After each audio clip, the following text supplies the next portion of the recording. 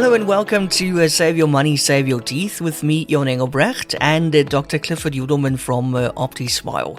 Today's episode is all about the so-called ugly duckling phase. That's roughly ages 6 to 12 when kids have a mix of baby teeth and adult teeth. It's the stage where parents often start worrying because those teeth can look really big, a bit yellow even, uneven or spaced out, and it can feel like something has gone horribly wrong. But this is also one of the most important windows to get right, because it is when the first adult molars arrive, when crowding patterns start to show, and also when a few smart decisions can prevent a lot of future work. So we're going to cover what is normal, what is not, what to watch for, and what parents can do to protect kids' teeth during this changeover period, the ugly duckling phase. Dr. Yudelman, looking forward to this. Welcome back. Thank you very much. And number 2 for this year, number 92 out of all of our podcasts. And that was such a great intro. I think you covered everything there. But listen, I've seen this ugly duckling stage in so many kids, and the parents often worry, they say, oh my goodness, look at her front teeth, it's huge. And then a lot of people say, no, man, she's going to grow into it. Yeah, that's a good one. Yeah. Look, it's normal. It's normal, absolutely normal for teeth to look like that. I know it's a very unkind name for something that's actually a healthy and predictable phase. I'm not sure how it got started. I think because little ducklings can be so ugly, and then they grow into beautiful swans. After I lived in Perth, we would see swans on the Swan River, and all of those black swans apparently belong to the Queen. Now that she's gone, I don't know who owns all those swans. Probably King Charles.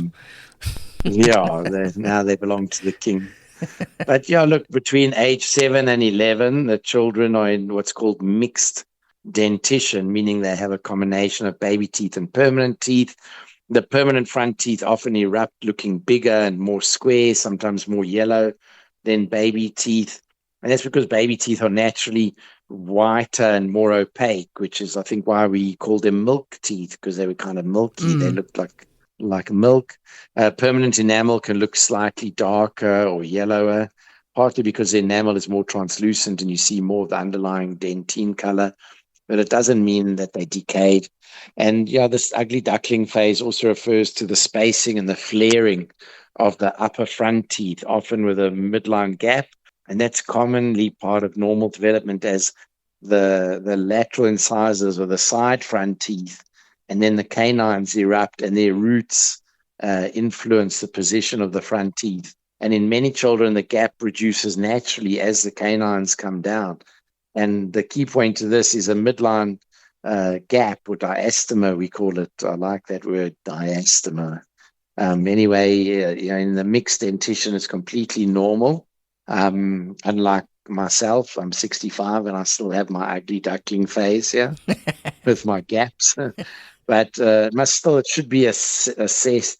One should actually look that the midline is in the middle of the face. When you pull up the lip, that little frenum is in the middle, that it lines up more or less with the middle of the nose. If the teeth are one way or another of the midline and doesn't look like it's coming right, that's a very good time to see the dentist, or especially a dentist that's experienced with kids and orthodontics.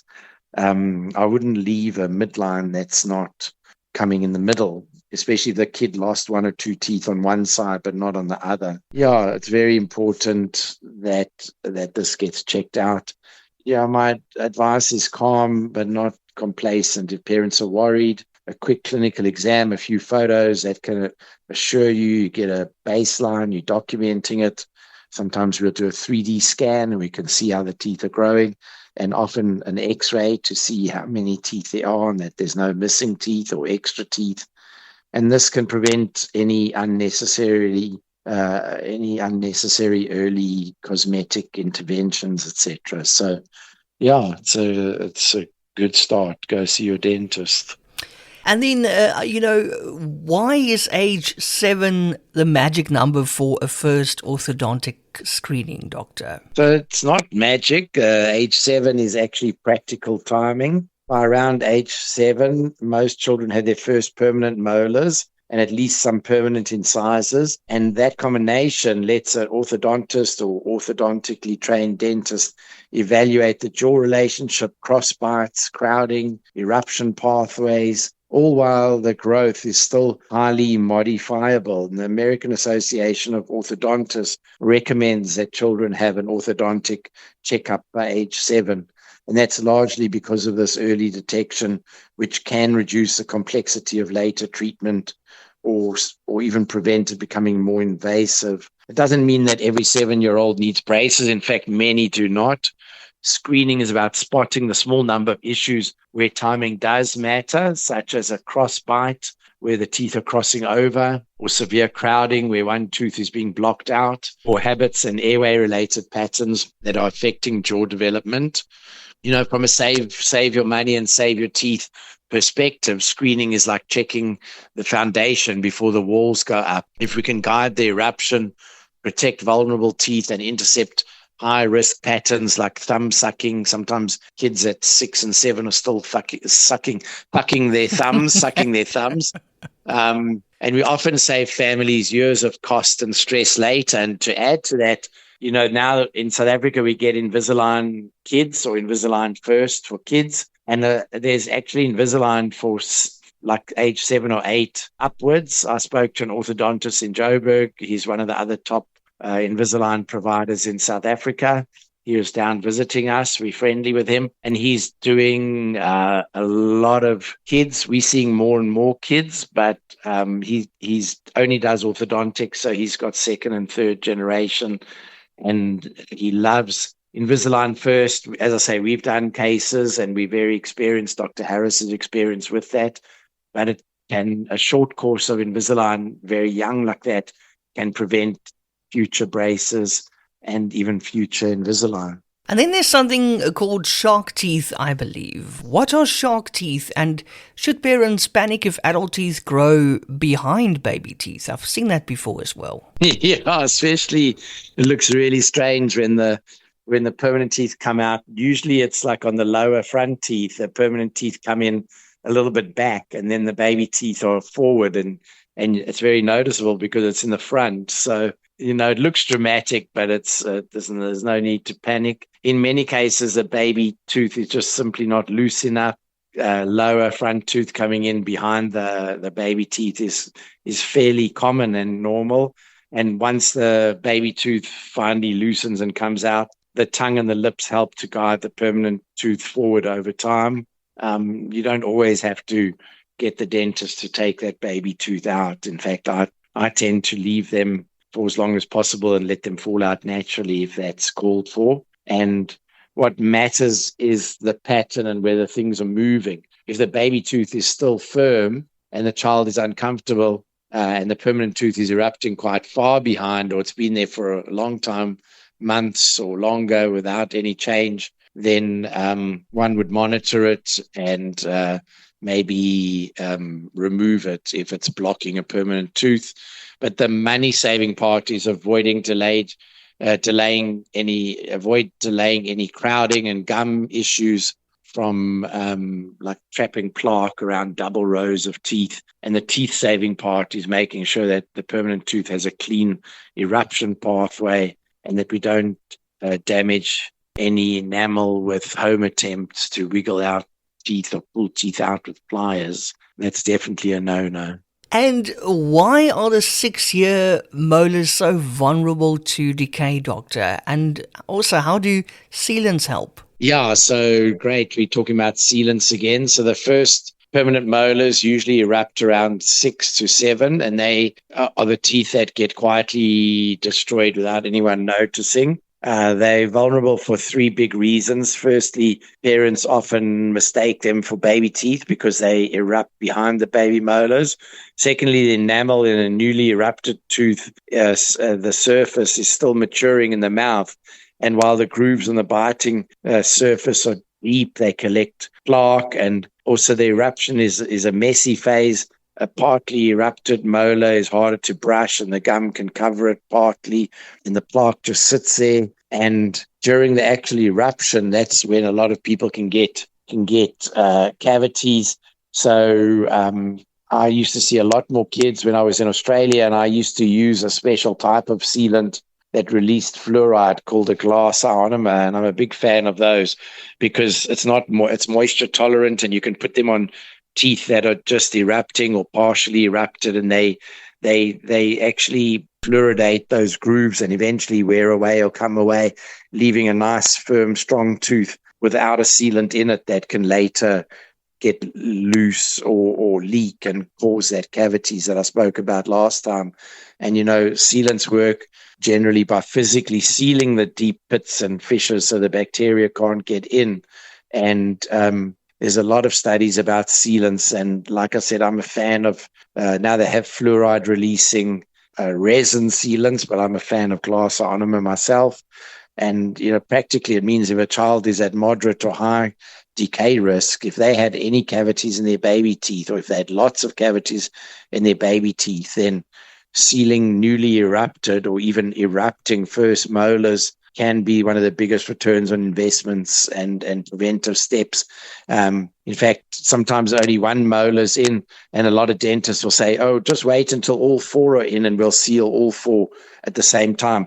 And there's no actual reason for that other than the dentist wants to save their time and maybe make a bit more per hour by doing all four, or if three are in and the other one's taking its time, those three, the longer they stay in a vulnerable mouth without sealants, the worse off you'll be once you do seal them, that the sealants could dislodge or there could be cavities underneath. So I've even been known to seal one and a month later the other one, and 2 months later another two, or as they come. So that's a very important tip here that also, again, this is for the consumer. A lot of dentists may not actually agree with what I just said. How do we protect teeth during primary school sports? Is a boil and bite guard enough? They are getting better and better. A mouth guard is one of the simplest ways to prevent a lifetime of dental costs from one quick moment or accident on the sports field. So boil and bite night guards or mouth guards are better than no guard, but they're often bulky or poorly fitted, and the kids either chew on them or spit them out. They can't breathe well with them. The best protection generally comes from properly fitted custom mouth guard, because it's more comfortable, it stays in place, and it distributes impact forces more effectively. Think of it like this. If the mouth guard is not comfortable, it will not be worn consistently, and inconsistent protection is basically no protection, because injuries are not scheduled. And the save your teeth message here is blunt. A fractured tooth, a knocked out tooth, we see so much of this, or adults that come in, they've had their front teeth, they could be 40 now, and they've had their front teeth veneered and bonded and crowned and root canaled, and had so much stuff just on their two front teeth generally because of something like this. So the save your teeth message is, just to avoid it in the first place. And a jaw joint injury or one of these fractures can cost you more in years of prevention, and it can be emotionally traumatic for a child. And the save your money message is equally blunt. Prevention here is cheaper than repairs, and repairs are rarely once off. We speak about the best dentistry is no dentistry, and if you fix a tooth once, you're going to need to fix it again in 3 years or 5 years or 10 years, but it's not going to last forever. And so, boil and bite can be the smarter option for low risk casual sport or much younger kids that are still losing baby teeth. But as soon as they get to between 9, 10, 11, and most of their permanent teeth are in, they've only got a few left to lose, then speak to the dentist about a custom guard. In South Africa, Max mouth guards is very popular. And especially if they've got orthodontic appliances, you want to make sure that they've got a proper mouth guard to protect those. And I also want to ask you, can an electric toothbrush help children with dexterity issues at this stage? Dexterity means how well you can use your hands. So it's not only for dexterity. Electric toothbrushes can genuinely improve plaque removal in kids, especially if their technique is inconsistent. And there's been big studies that have found that electric toothbrushes were more effective than manual toothbrushes. And they've found that this can really help. This matters for 6 to 12-year-olds when the independence increases and supervision decreases and the diet risk often increases. It's like a perfect storm, and the toothbrush needs to be, more forgiving when the child's technique is rushed and messy. And, that said, a toothbrush is not a magic wand. The best approach is a powered toothbrush plus coaching and parent oversight for at least one brushing a day, if possible, preferably before bed.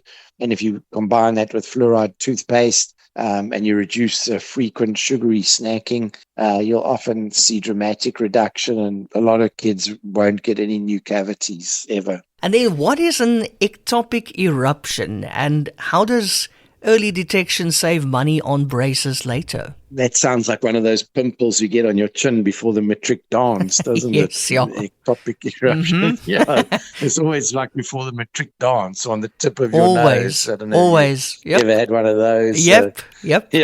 So this type of ectopic eruption we're talking about here is when a tooth comes in an abnormal position or it gets totally impacted.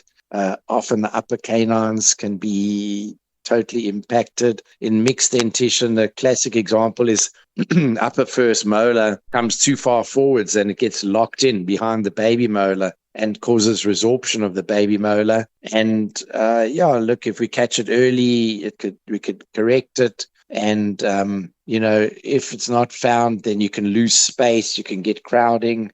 It can lead to premature tooth loss and more complex orthodontics later. Yeah, in the literature, it's quite common. I think unless you're seeing lots and lots of kids or you're an orthodontist, I mean, personally, I don't see a lot of it. But the main thing is avoiding the domino effect. That's a big cost-saving effect there. One tooth erupting the wrong place can steal a lot of space. And once that space is gone, then you got to have orthodontics. And, the save your money advice is routine checkups during eruption is not a luxury, it's risk management. I think a lot of parents would also like to ask you this one. How does diet need to change now that the child has access to the school tuck shop? Yeah, that's a big one. And I think if anyone listening to this is on a parent-teacher association or in charge of the tuck shop, keep listening. Before we even get into the full answer, basically it's not only one sweet thing, it's the frequency, how often they actually eating these things. Every sugary snack and drink creates an acid attack that drops the pH. We've done full podcasts about this, but it's especially important for these ugly ducklings, or they'll be a lot more ugly before they know it. It demineralizes the enamel. And when this happens repeatedly throughout the day, the teeth spend too much time in the danger zone and they don't have enough time to remineralize. And one of the worst things is sour worms. The kids love those, and sherbet and any sour, anything, any gummies that are very fruity, tutti fruity, different brightly colored gummies and sour sweets. I don't know all the names of them. Those things are terrible for your teeth. And there's a lot of evidence that links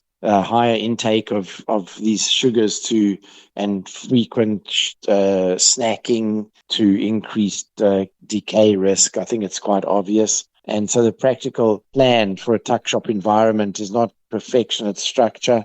Keep the sugary foods to meal times if possible, rather than grazing them throughout. Choose water or even milk over sugary snacks. And if your child does have something sweet, follow up with water and sip the water slowly over the next hour, and focus on tooth-friendly snacks like we mentioned before, cheese, yogurt without any added sugar and nuts, whole fruit rather than dried fruit, and savory options that we mentioned before, and even some cut up carrots or celery. Sometimes kids love celery, and cut up cucumber sticks. from OPTISMILE's philosophy, we combine prevention with digital accuracy. And if a child's risk is increasing, we track changes early with proper exams and imaging, like photos, etc., when indicated. And we rather intensify the prevention rather than waiting for holes.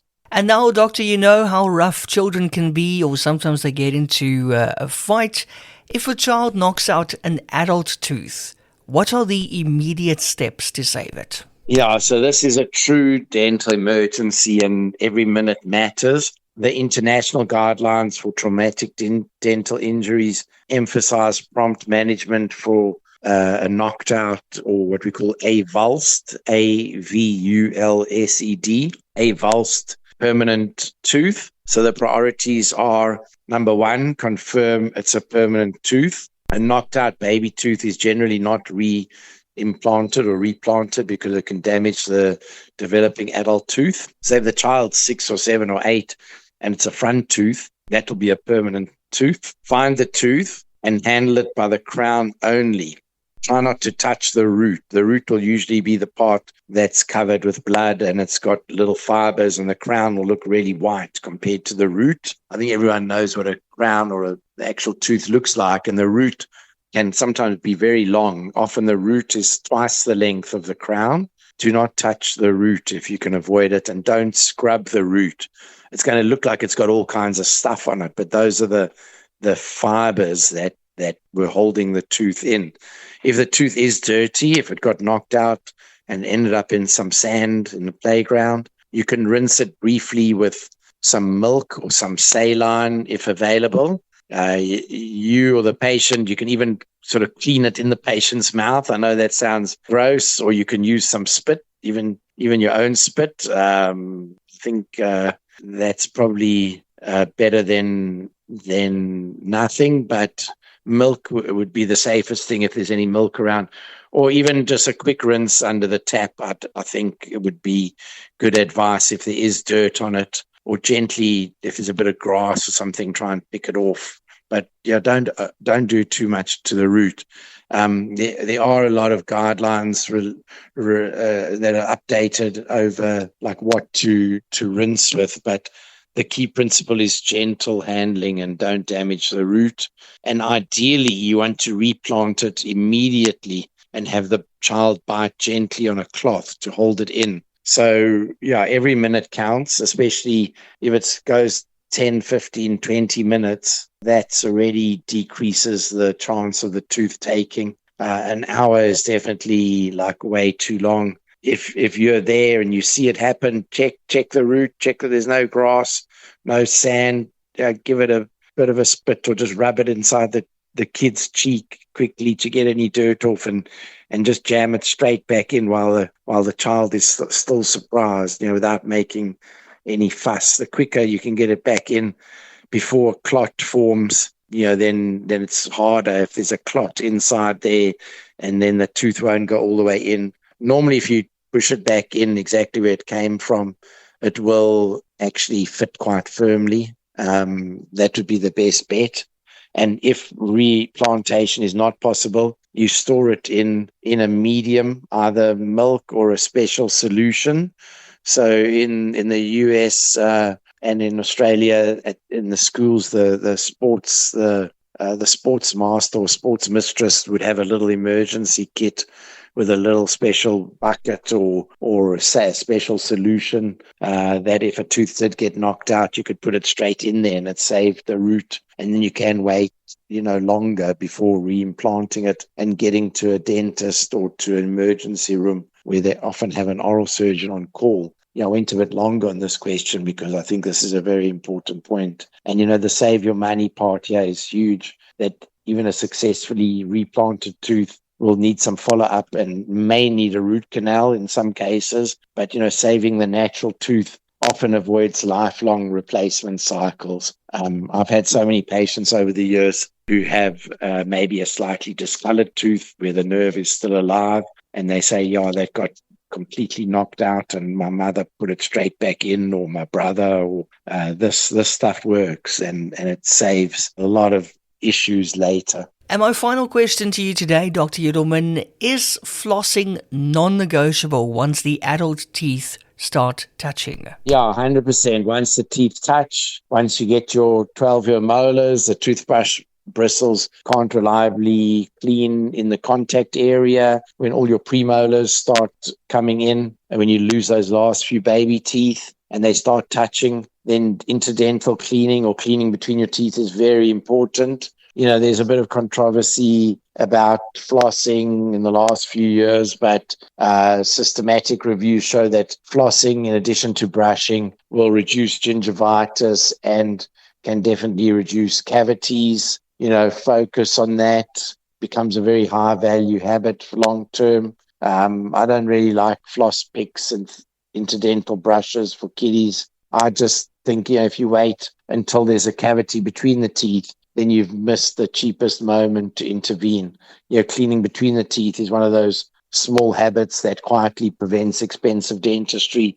And I've been saying for years that the best kind of dental insurance or medical aid comes in a little white box, and it's called dental floss. Good one. That's so true. Dr. Yudelman, thank you so much once again for another great informative episode. Looking forward to speaking to you next week. Likewise, and that was this week's Save Your Money, Save Your Teeth with Dr. Clifford Yudelman from OPTISMILE. And if you're a parent listening to this and you're worried about how your child's teeth look right now, maybe he or she looks like SpongeBob, the big message is... The big message is this: stay calm, but do not ignore it. This is the stage where monitoring, prevention, and early checks can stop small issues turning into expensive long-term treatment. If you found this episode helpful, please share it with a friend or family member with kids in primary school, because this is exactly the age where prevention pays off the most. Thanks for listening. Catch us again next time, and stay well.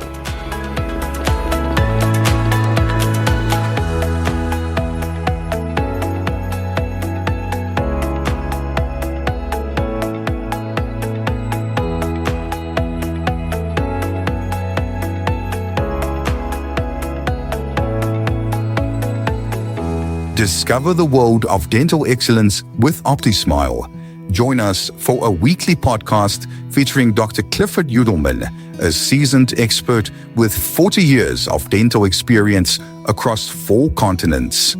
Gain unique insights and expert dental advice by visiting optismile.co.za for articles that illuminate the path to optimal oral health. If you're seeking unparalleled dental care in Cape Town, get in touch with OPTISMILE or book directly online on optismile.co.za. OPTISMILE, where global expertise meets local care.